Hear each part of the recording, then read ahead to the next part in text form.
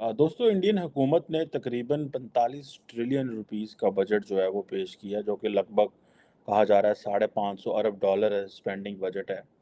और ज़ाहिर बात है ये एक बहुत बड़ा बजट है। आईएमएफ आउटलुक रिपोर्ट आई है जिसके मुताबिक इंडिया को दुनिया की फास्टेस्ट ग्रोइंग इकोनॉमी प्रेडिक्ट किया गया है। और उस टाइम पे जब पूरी दुनिया रिसेशन का शिकार है, दुनिया की बड़ी बड़ी इकोनॉमी डाउनफॉल का सामना कर रही है, इस टाइम पे ऐसी रिपोर्ट आना एक बहुत बड़ी बात है। भारत में आप ये देखें कि वहाँ पे 5 साल एक टेन्योर निकाला, 5 साल वो ऑलमोस्ट दूसरा टेन्योर, अगले साल मेरा ख्याल है इलेक्शन है उनके।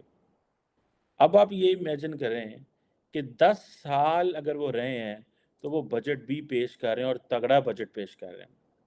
ऐसा ये कि आज एहसन इकबाल साहब कह रहे हैं कि हम मिन्नतें कर रहे हैं और आईएमएफ जो है वो टस से मस नहीं हो रहा है। के पैसे देने होते हैं ना, तो इंसान के हमेशा दिल में होंका रहता है कि अब वो मांगने आ जाएगा।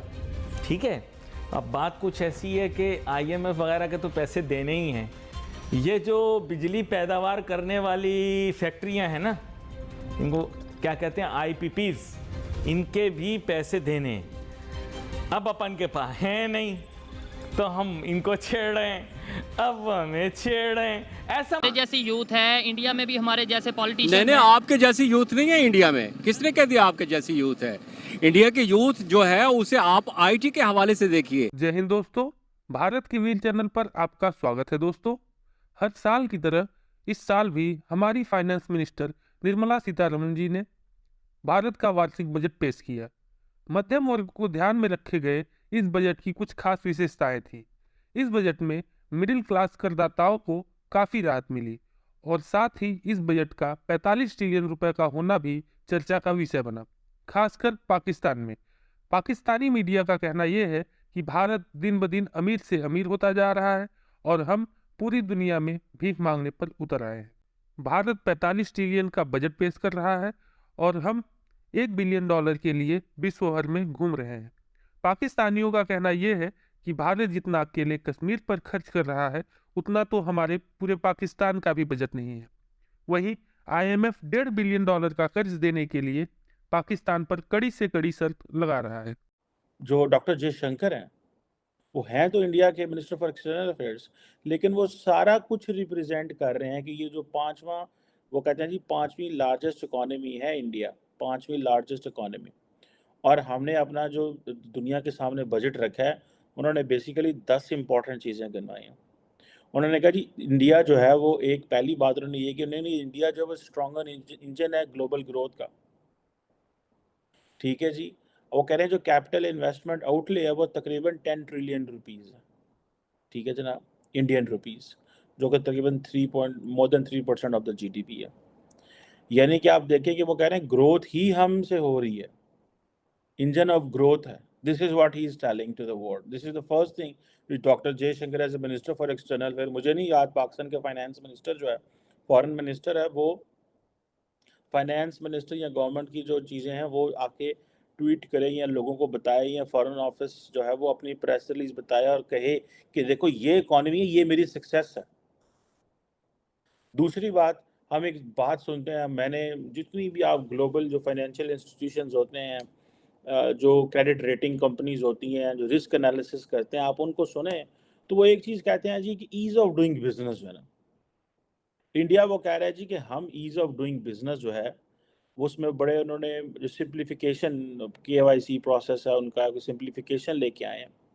और इस तरह की जो चीज़ें उन्होंने की हैं, जिससे वो सेंट्रल डाटा प्रोसेसिंग सेंटर उन्होंने बनाए हैं।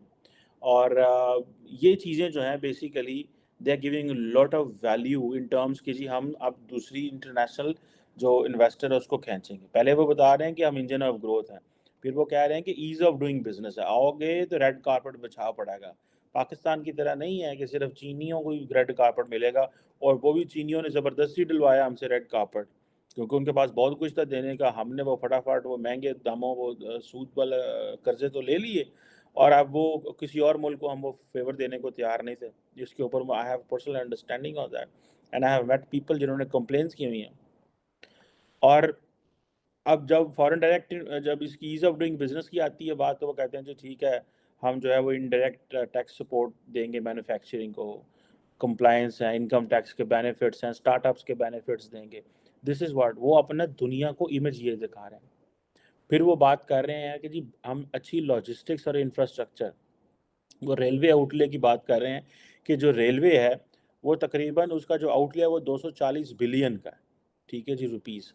100 क्रिटिकल ट्रांसपोर्ट इंफ्रास्ट्रक्चर प्रोजेक्ट्स हैं, 50 ऑन दी अदर हैंड। एक चीज याद रखें, India is too big, India is a country for 1.4 billion people, India is not a country for 200 million people और 300 million people और 400 मिलियन और 500।